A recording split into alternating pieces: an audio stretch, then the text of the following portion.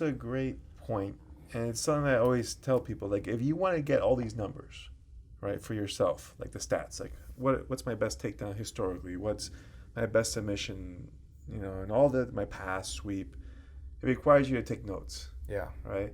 Or more precisely, it requires you to measure yourself. Yeah.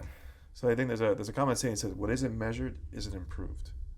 Right. Yeah. Because you won't know. It's a very good one. Yeah. Yeah. Because it's like running without timing yourself. Yeah. You don't know if you got faster or slower. You can guess, but you want to know, right? So it's the same thing with your jiu-jitsu. You have to take notes.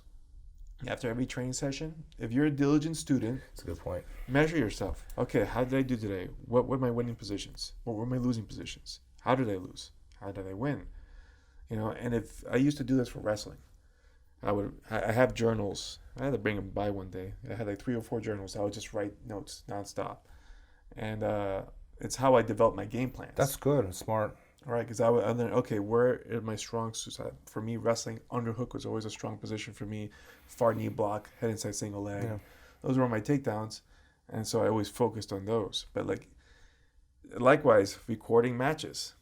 I think nowadays it's very common because it's easy. But back in the day, it wasn't. It was a pain in the butt. It was a pain in the butt. You would have to get someone to record. It was by tape. It was by tape. My brother, I think my brother and I were one of the first people doing that because we would record every match. We were doing it from high school wrestling. We would record the matches, and then we would watch them afterwards. Yeah. And then we're like, okay, this is where we messed up. Well, you have a database too now. Yeah. I don't have that. I wish I did. That's, again, kind of out of necessity as well because we didn't have coaches. My brother and I were coaches. So how do we learn something we don't know what we're doing? We watch, right? Like, I learned how to play half guard after I grappled Gordo. I lost to him. He swept me with a last-minute half guard sweep and beat me. And this was back like in 2001. And I was like, okay, what did he do? And then I watched the match like 100 times. Yeah. And I studied the different half guards. He used like 2 of them on me.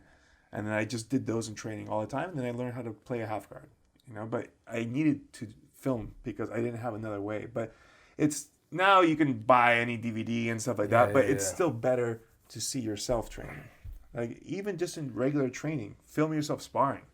You'll be surprised that the stuff you're doing or that you don't realize that you're doing. It takes a kind of discipline that I don't have. I'm always bad about this, but there was a minute there where I was recording my sparring sessions, and even though I'm no great striker, I've never been, I find that the advice I was giving myself after watching tape was better than the advice my coaches were giving me. And I don't mean this in an arrogant way. Yeah. It's because I'm seeing stuff. I'm more critical of myself. Yeah. And if you have 20 people you got to coach, you probably can only give so much time to each student. If in most jiu-jitsu gyms works exactly like this, right? Yeah. Most gyms you're gonna have 20, 30 people, one coach. It's hard to you're not. But when you're watching yourself, it's all about you, right? And I was notice all these bad habits that I had. I'm like, wow, I can't believe no one ever told me about this. So that's a very good idea if you can record yourself or just keep a log of what your training session was. I've always wanted to do this and I recommend it. I've never done it because, like I said, I'm not very disciplined in this regard. There are days where I'd be in the gym, maybe you're going to relate to this, I just felt like $1 million physically. For sure. I don't know what it was. I just I'm performing. My body's responding and my mind's sharp. I do get tired, but not lethargic tired, I can keep going kind of tired, and there were days where I just feel like crap, and I always wondered if it had to do with sleeping patterns, eating patterns, going to the bathroom, all these other things that in your life that maybe emotional issues, who knows, all these other factors that may be impacting your performance but we're not aware of. So I always tell myself, man, I gotta start keeping the log. The next time I have a really good session, I have to go back as far back as I can and remember everything I ate, what time I went to bed, and just trying to keep the log of that so I can replicate those good days for tournaments. Yes. But I just never did it. That's the beauty of technology today. Because I was doing this on paper. It's a pain in the ass. It required a lot of discipline. Because I would write down everything I eat, when I fell asleep, when I woke up, how I felt when I woke up, and all the food, when I ate it, how much water, training sessions. That's legit. So, but it took a lot of effort, right? And it was only during competition windows I would be willing to put that type of effort. You know what I mean? Because outside just normal living, no, it's too much work. But now, the last one I showed, my Fitness Pal and all that, I do that every day. I've been doing it for over a year now. Easy. I write down what I eat, no problem, and it records it. this thing, a Fitbit, tracks when I wake up, when I sleep, my heart rate, everything. So it's a lot less. Everything's pretty much known about me almost automatically at this point, right? So it's easier to get those data points. Like, okay, I had a good training session today, and I felt great. I can see it. Well, I slept a full 7.5 hours.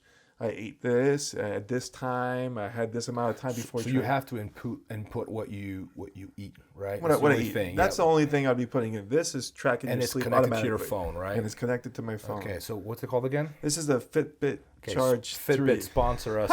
Yeah, please. We're like, we need a sponsor. And My Fitness Pal, while you're at it. Why not, right? So, but these type of things, you can track those things for you. So for athletes nowadays, this is cheap. Like what? If you're a professional athlete or just someone inspiring me, this is $100, right? And you already have a phone, and then the app is free. So like, and the iWatch doesn't do that. The Apple Watch. Yeah, they all does that too. I think I have one. I just never use it. I Yeah. use it for the time, and like I got my phone for that. So I should probably, Was just I think something important to me is the tracking and the measuring, right? That's like huge, yeah. If you guys do that, I remember with Kit Dale we were doing that. I was filming all the sparring sessions that we did, and then when we would come home, we'd watch them, and we're like, okay, look, you see, this is where you went wrong here, or this is something that you did good that you should do more of, just for ADCC preparation. But everybody could do that. There's nothing stopping you from filming yourself train and just watching yourself, because you're gonna realize. And sometimes, like you said, it's better when you see it yourself, because your coach can tell you, put your hands up, and like you don't pay attention to it. But then you watch yourself on video, you're like, oh God, my hands are down here the whole time. Yeah. Like you don't really, like from the third party, you're like whatever. But like when you see it yourself, you're like, I remember I was watching one of my fights, and I saw that every time I jabbed, I was throwing a little bit of a lazy jab. I'm like, oh God, I cringed looking at it. I'm like, this is such bad technique. Because it's reality check. Yeah, I'm like, oh, that's never happening again. Sucks. Yeah, that's never happening again now. But like, it's something that you have to do yourself. So I definitely encourage people, film yourself, measure yourself. You get one of these things, put the stuff on your phone.